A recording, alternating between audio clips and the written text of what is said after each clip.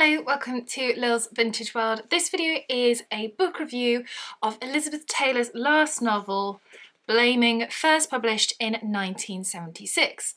Now this is a short little book, it's less than 200 pages, it's such an easy read, and is the last Elizabeth Taylor novel that was published. It is also the last Elizabeth Taylor novel that I had to read until I finished all of her work. So I've read all of her novels now, and I need to talk to you about this one because this one was absolutely brilliant.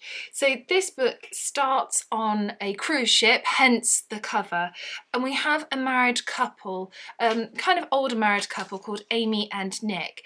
Now, Amy and Nick are married, they're on this cruise, Nick has been poorly and he's sort of recovering, and they meet this woman called Martha. Martha is American, she's an author and writer, and particularly Martha and Nick get on really, really well.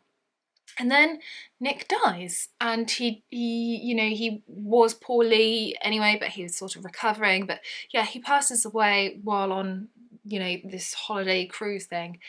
And Amy, of course, very understandably is very upset, she feels very lost, and Martha, who Amy wouldn't really be friends with normally, they're not really each other's cup of tea sort of thing, Martha puts the rest of her trip on hold, and she's like, no, it's fine, she cancels it, and she helps Amy to bring Nick's body back home and to sort out, going home back to the UK and stuff like that. And essentially she puts her holiday away and she helps Amy. And then when Amy and Martha are back in England, back in London, they form this kind of unlikely friendship. So this book kind of starts off being about friendship, but then very quickly realise that it's about death, and it's about blaming yourself, feeling guilty, feeling lonely, and bereavement, and the difficulty of being alive when you love someone who has passed away. Now, Elizabeth Taylor actually wrote this when she was coming to the end of her life. So Elizabeth Taylor died in 1975. This was published the year after, 1976. And Elizabeth Taylor had cancer, and she was very much aware of her state, so to speak, and she wanted to get this finished. So she got it written, and then she was like determined to get the edits and stuff done, and she's very much determined to get it finished for her death, essentially. She never got to see it published because she did pass away, but she was very much aware that she's coming to the end of her life. And I think because she was in that state and things that she went through herself, I think a lot of that is in this novel. There are plenty of references of Elizabeth Taylor's own life within this novel. Now, in this book, Amy has a couple of granddaughters, and one of them, when she's staying with Amy, she's going through her granddad's things and comes across like this medal thing, and she says, oh, can I have this, Nanny, when you're dead? And Amy kind of laughs and says, there you go, you can have it. And in real life, in the 1950s, I know this because it's actually in the afterword here, written by Joanne Kingham, who's Elizabeth Taylor's daughter. And in the 1950s, Elizabeth's daughter, Joanna, she was in her mum's wardrobe and she came across a dress, and she said, can I have this dress when you die?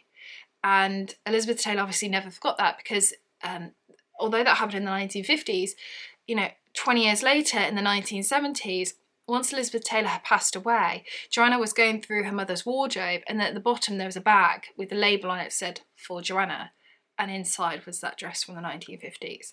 Very beautiful, and obviously referenced from real life into the book and placed in there, and it's just wonderful. It makes me think what other snippets of Elizabeth Taylor's life were placed in here. This book is absolutely exquisitely written. There's something about Elizabeth Taylor's writing that I just adore. I think Elizabeth Taylor and people like her, like Barbara Pym as well, they're so good at discussing the everyday.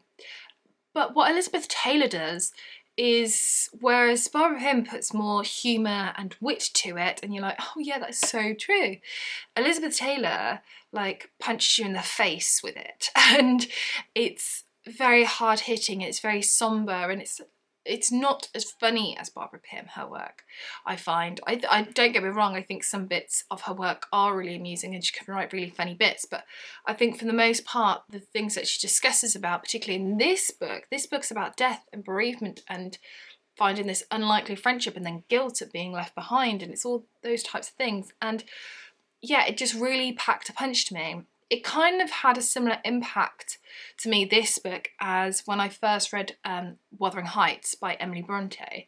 There's a line in that honestly I felt like I'd been punched in the face once I read it.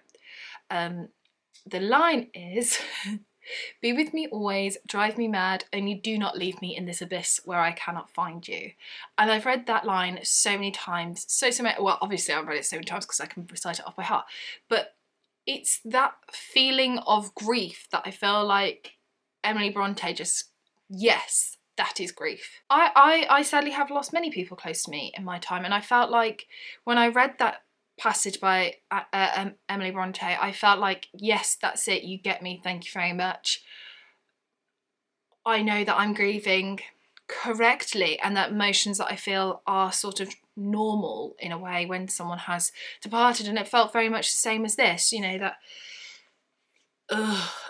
that feeling of pain and sorrow and anger and hurt and feeling that you can do nothing about it, essentially. It was absolutely wonderful. And actually I would say if you like Wuthering Heights by Emily Bronte, you'll probably like this as well. I absolutely adored it. I think it's wonderful.